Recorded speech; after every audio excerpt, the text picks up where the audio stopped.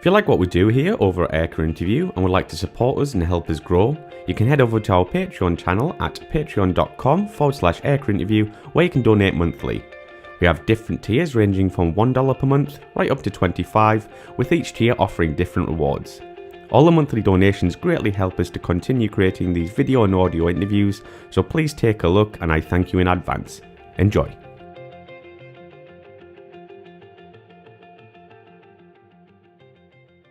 With the F3, we went to Hungary one time. Great. We stayed in a place called, I want to say Kecskemet or something like that. And it was really, really cool. It was like a small Hungarian city.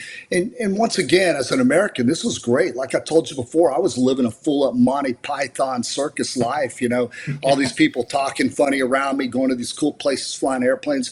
It was really, really cool. But we go to Hungary, and I was real excited about that because back in those days, the MiG-29, even though it was getting old, it was still like one of the frontline fighters, right? The Su-27 was out there, but they didn't export those all around the world like the MiG-29 was. So we're doing a dead against their MiG-29s. Really nice guys. Their pilots were all very professional, actually. And they were all Russian trained. Most of them were MiG-21 pilots. And then they evolved into MiG-29 pilots, and they were all a bunch of senior type guys, right? So we got to fly with them, and we flew a little bit with them and against them, and that was super interesting, just the way they flew their airplane. I felt like their planes were not mission capable in the sense we're used to in the United Kingdom and the U.S.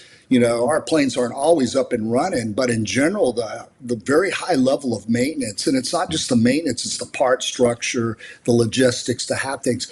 I felt like out of their squadron, they were only flying maybe a day. They can only get up 2 to 3 airplanes to go flying, which, I wasn't really surprised, but it was a little eye-opening to see their state of readiness because I took that as a direct reflection on how it must have been in the former Soviet Union as well at the time, right? Because they're all very similar in the way they see things. So we would go fly against them. They're very ground controlled, intercept mindset. They were controlled by ground controllers. They didn't know how to use. They either didn't know how to use their radars very well, or the radars didn't work well. It was I think slot back one radar, and we would routinely not get hit with raw, returns from them. Basically, our raw gear wouldn't even pick. I mean, it was like they weren't even using their radar. And in close, you get a little hit off of them. But I was surprised about that because I always thought that their slot back one was very similar to an APG 65 or almost the 73, which we were flying with at the time in the Hornet. And it wasn't. So their detection was really bad, and they were using GCI to do everything.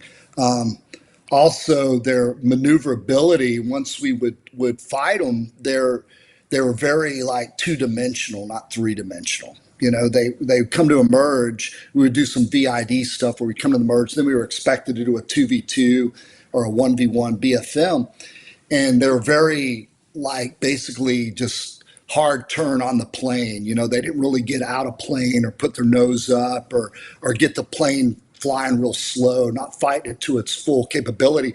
So I remember fighting a MiG-29 and having the wings full forward on the Tornado and hanging right with the MiG-29 thinking this guy should be owning me right now just by the capabilities, not because he's better, but the capabilities of that airplane, it should be turning better than that, right? And it should be flying a lot slower than I can go. But you get pretty slow in a Tornado, but not like a MiG-29, right? And no, they were not. It was like they had hard limits, like we're not going to get our nose more than 30, 40 degrees above the horizon. We're not going too slow below 200 knots, type of deal. They had these big numbers, and it seemed like they stuck with them, and they were very limited on the way they fought us. In fact, the weather was real bad on one flight, and me and my wingman joined up with the MiG-29, and he was going to take us back to the base, right? We were just like, we'll just join up with him and follow him, instead of trying to understand all these controllers and stuff, we'll just have him fly us back. And we're in the clouds, we're flying around in the goo, and all of a sudden, man, I'm just glued onto his wing. And my navigator, I believe it was Gilly, one of my favorite guys to fly with there. He goes, hey Nugs, man, check your airspeed. We're getting kind of slow here. And I was feeling like the plane was mushy, and I looked down, and I in my HUD, I think we were going like it was like 180 knots or something like that. You know what I mean? Which I mean, that's not catastrophic, but I'm saying flying around IFR in Not the what you want. clouds as a three ship at 180 knots, it was probably at 10,000 feet too. I'm like, this guy's completely lost essay to his airspeed. He's messing this up. And then what do I do? How do I tell him? I mean, like, hey, watch your airspeed. I know what I would say if it was somebody else, but there's a little bit of a language barrier and stuff. And I think we just said, hey, can you speed it up? And he finally got it and sped back up because he knew he had messed up. He just completely lost essay of how fast he was going, doing something else. But, that's Yeah, when you're glad you have a nav in the back or a Wizzo to help you out. yeah, keep you Might in not check. notice that. So on Yeah. that debt, how long you were there for, and did you ever like talk to them and say maybe you could do this better with that aircraft, or were you not in that position to tell them how to do things? Um, no, we were there for, I want to say 2 weeks.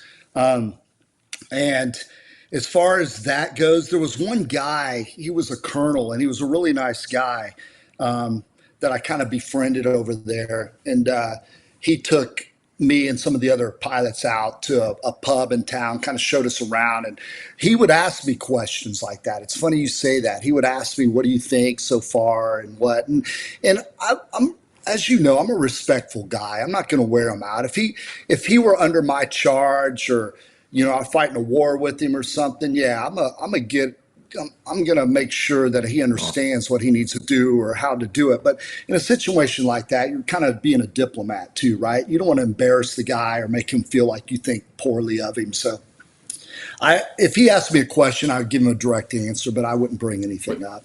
so you wouldn't say like you could do this better so if they came to you? Yeah, I understand that. Yeah, no, he'd have to come to me for that. I remember him asking me some questions, but also, excuse me, during that time, you got to also think about, I also have to be careful about what I say too, right? Of Because course, all these people, I mean, countries like that, they're all intel gathering of apparatuses as course. well. You know what I Yeah. mean?